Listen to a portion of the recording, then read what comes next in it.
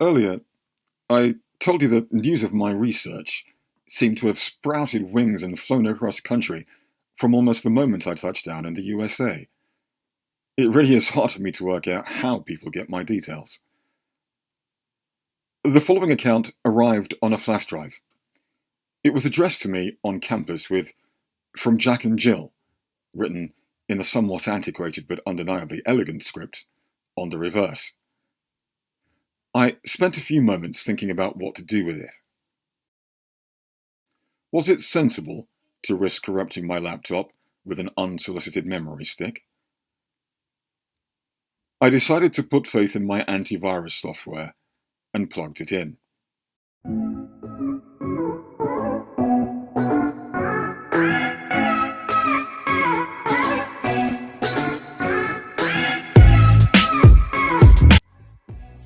The style was pure Casey Neistat. It was upbeat, quirky, vlog style. Lots of improbable angles and fun cuts.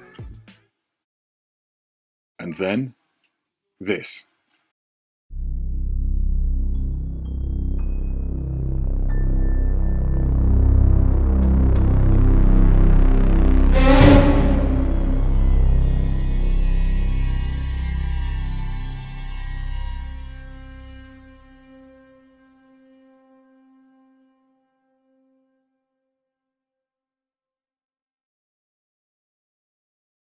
It never ceases to amaze me how easy it is to convince someone to sign their life away. Esau selling his birthright for a mess of pottage in Genesis 25, I guess. A little food, a little water, shade from the sun, shelter from the rain. Nothing fancy. It didn't matter what we offered them. They were happy to come with us. We helped them, and they scribbled their names on whatever we put in front of them in return. Of course, the paperwork wouldn't stand up in court. I know the law on what a man can and cannot consent to, even with a signed waiver. But there was something deliciously wicked in making people complicit in their own torture. I suppose I had a taste for it.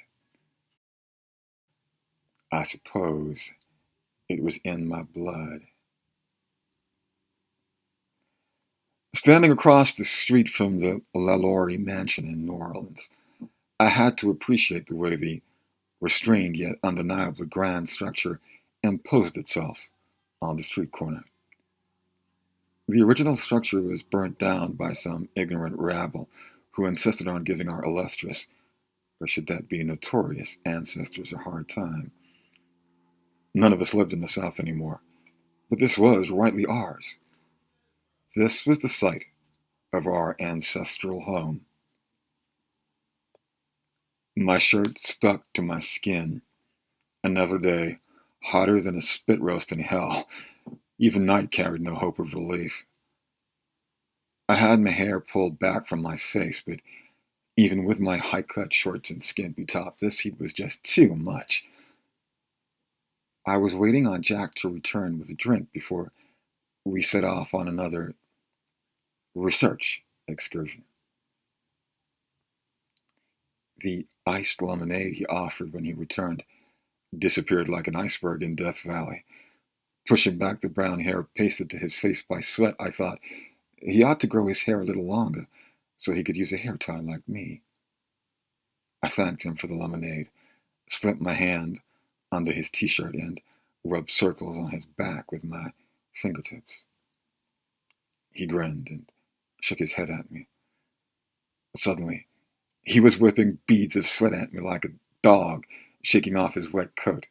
I squealed in mock horror and shoved him in the chest. For a moment, it felt like we were on vacation. He kissed my cheek.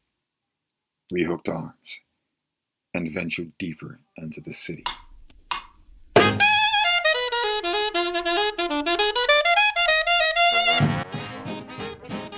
With cool detachment, our eyes bounced from tourists to prostitutes, vagrants, and the other denizens lingering around the sounds of Cajun and Creole as we sauntered through the heat.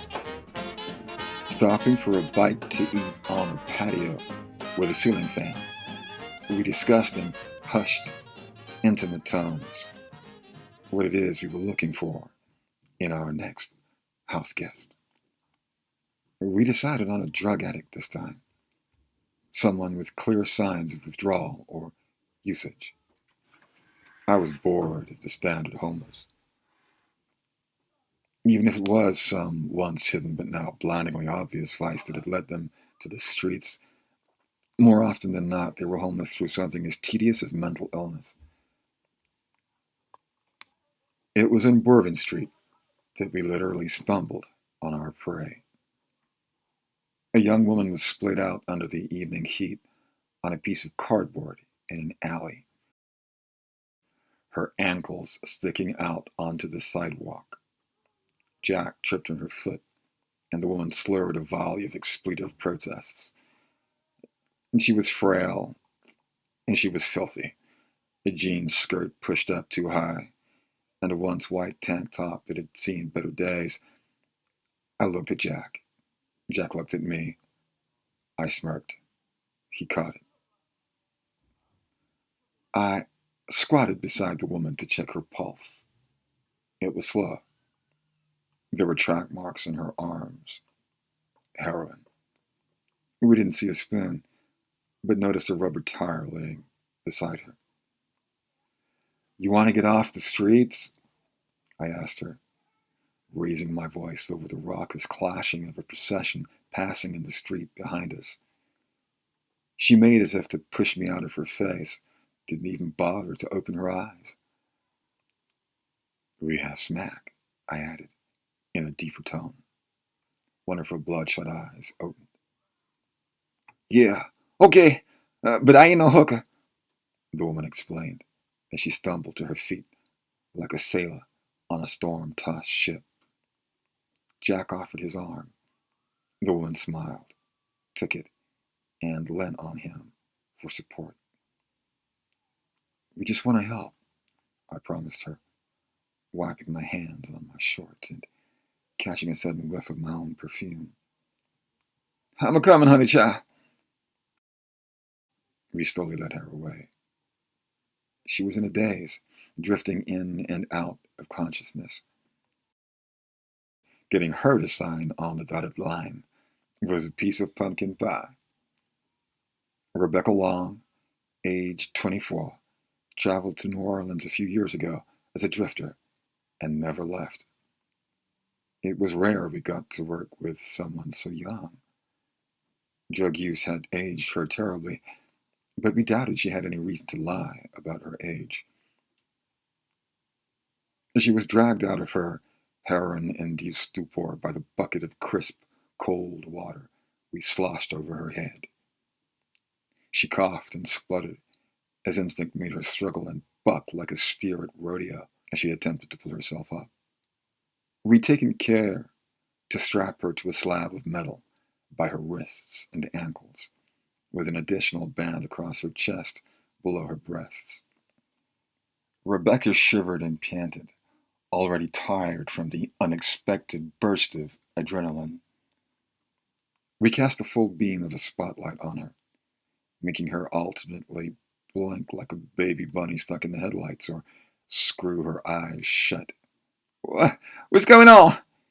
she asked, through chattering teeth, the restraints cutting her wrists. First, blood. "Doctor, I think she's ready," I said to Jack as I handed him a scalpel. We had changed into scrubs, medical masks, and gloves. "I think you're right, Doctor." I could see him smiling through the mask as he approached her. Wailing like a banshee, Rebecca screamed at us. Hey, you can't do this!" I replied, "Darling, we especially chose this basement because here, nobody can hear you scream. Actually, we liked working down here. With the AC cranked high, it was cooler than a polar bear's Christmas party." "Now, Rebecca, if you don't keep still, I could really damage you," Jack warned, his hand on her forearm. I want to see what you've done to your veins with those needles.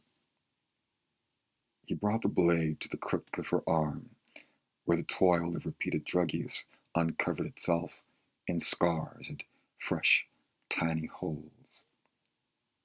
She cried like a baby as he delicately cut the skin. I was manning the camera on the other side of the operating table, zooming into the incision he was making. We didn't use anesthesia. Please stop, she begged, doing her best to keep still as Danny peeled back skin to reveal muscle and veins. He had a practiced, steady hand. I whistled in appreciation. He'd gone to med school, while I'd gotten a PhD in psychology.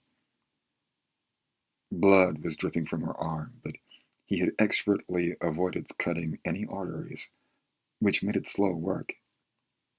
He switched arms and proceeded to cut open the same patch of skin. This time, however, Rebecca bucked her elbow, and the scalpel punctured her. Danny used a naughty word.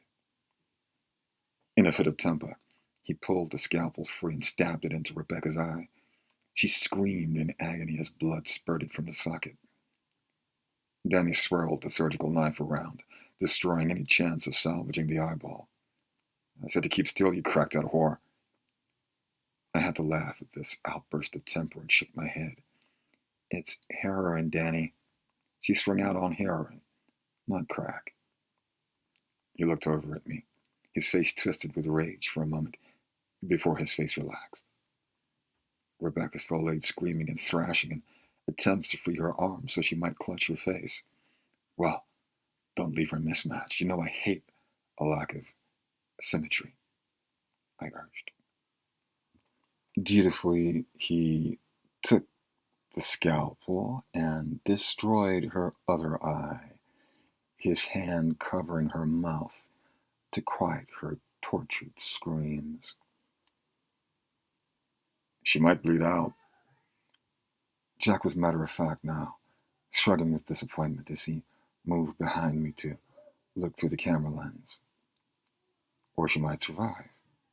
The human body is strangely resilient. I laid my head back on his shoulder and pulled my mask down. He yanked his mask off before kissing me fiercely, his lips still tingling with fury. When he released my mouth, I giggled softly. Such a temper you have, little brother. I tutted at him as he whispered apologies into my neck. Live or let die.